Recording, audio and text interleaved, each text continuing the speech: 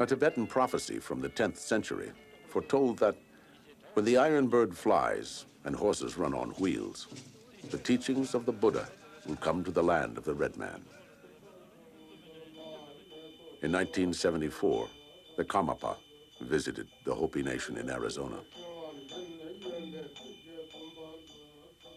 According to Hopi prophecy, during the decline of the spiritual forces in the West, men will come with red hats and reveal themselves to be the true friends of the Hopi people.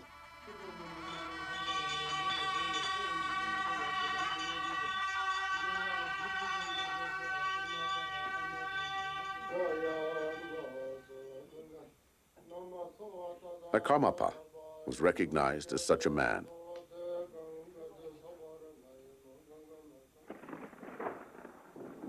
And he was credited by the Hopi for creating a rainstorm in the middle of a drought.